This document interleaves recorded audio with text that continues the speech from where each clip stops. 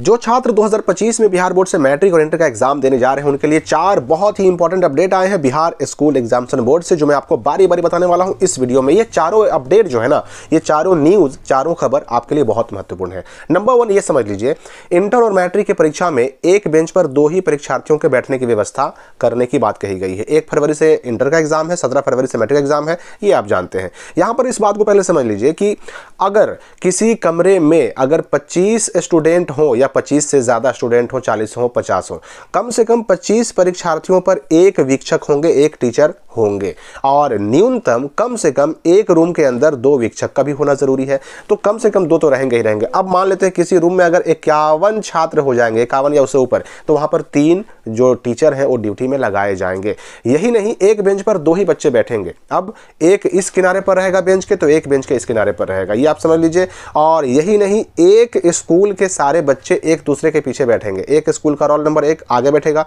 तो उसके पीछे 2, उसके पीछे 3, उसके पीछे 4, और बगल में दूसरा स्कूल का रोल नंबर 1 या 2, 3 इस तरह से बैठेंगे, एक स्कूल के बच्चे एक साथ। क्यों?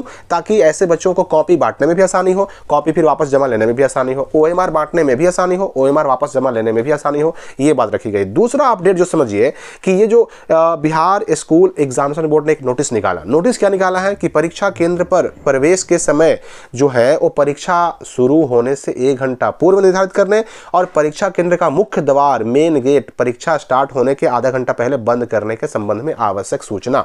अब इस बारे में आप स्पष्ट समझ लीजिए कि देखिए भाई, अगर फर्स्ट सिटिंग में आपका एग्जाम है तो आपको 9 बजे तक हर हाल में पहुंच जाना है। हर हाल में मतलब हर हाल में 1 मिनट भी लेट नहीं होनी चाहिए। और अगर सेकंड सिटिंग में एग्जाम है, 2 बजे वाला एग्जाम है, तो उसके लिए आपको 1:30 बजे तक सेंटर पर एंट्री कर लेना है। हर हाल में 1:30 बजे गेट बंद, और उसके बाद नहीं खुलेगा तो नहीं खुलेगा। यहां पर देखिए स्पष्ट कहा जा रहा है कि इसलिए छात्रों को यह सलाह दी जाती है कि भीड़ भाड़ से बचने के लिए और ससमय टाइम से अपने सेंटर पर पहुंचने के लिए निर्धारित समय से 1 घंटा पहले अपने सेंटर के लिए पहुंचे और वहां प्रवेश भी कर लें, सेंटर के अंदर घुस भी जाएं, यानी एंट्री भी कर लें।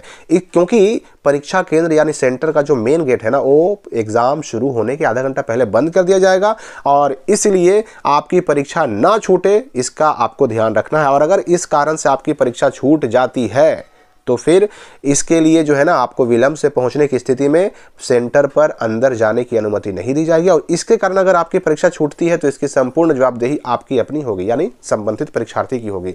तो ये याद रखिए कि आपको एनी हाउ 9 बजे से पहले पहले फर्स्ट सिटिंग वालों को सेंटर पर एंट्री कर लेना है और 1:30 बजे से पहले पहले सेकंड सिटिंग वालों को एंट्री कर लेना। अब इससे भी महत्वपूर्ण अपडेट जो आया, अपडेट नंबर 3, कि ये जो है सीबीएसई वालों के लिए है कि परीक्षार्थी के पास मोबाइल पकड़ाया तो 2 साल तक परीक्षा पर लगेगी रोक। लेकिन आपको बता दूं कि अगर बिहार बोर्ड के भी छात्र हैं, अगर आपके पास मोबाइल पकड़ाया तो उसके लिए प्रावधान जो है वो एक्सपेल्ड करने के प्रावधान है। और एक बार जब बच्चा एक्सपेल्ड हो जाता है तो वैसे भी उसका 3 साल बर्बाद हो जाता है, 3 साल वो एग्जाम में नहीं बैठ सकता। तो ये चीज आप पर भी लागू होता है। अब यहां पर देखिए सीबीएसई वालों के लिए है कि भाई क्या क्या लेके जा सकते हैं उसमें। अब बिहार बोर्ड वाले इससे कंफ्यूज नहीं होइएगा, क्योंकि इसमें जो जो सीबीएसई वालों को अलाउ है वो आपको अलाउ नहीं है। आपको अलाउ क्या है, मैंने उसके लिए वीडियो ऑलरेडी बना दिया है, वो आप देख सकते हैं।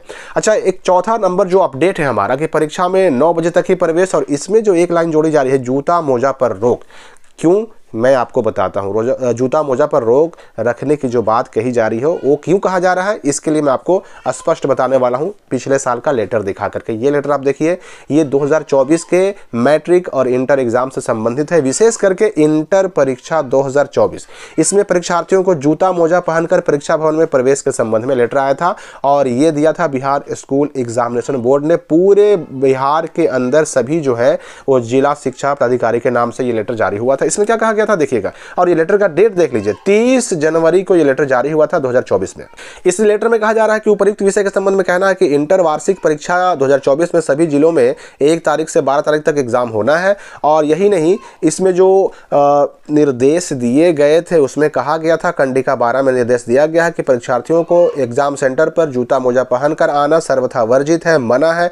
इसलिए परीक्षा भवन में जूता पहनकर प्रवेश की अनुमति नहीं मिलेगी, एंट्री नहीं मिलेगी। लेकिन इस संबंध में स्पष्ट करना है कि राज्य में वर्तमान में जारी शीतलहर के कारण छात्र हित को ध्यान में रखते हुए उपर्युक्त उल्लिखित निर्देश को तत्काल निरस्त करते हुए अपवाद स्वरूप इस वर्ष की आयोजित होने वाली इंटर वार्षिक परीक्षा 2024 में परीक्षार्थियों को जूता मोजा पहनकर परीक्षा भवन यानी सेंटर में प्रवेश करने की अनुमति दी गई है, और इस संबंध में सूचना समाचार पत्रों में प्रकाशित भी करवा दी गई है।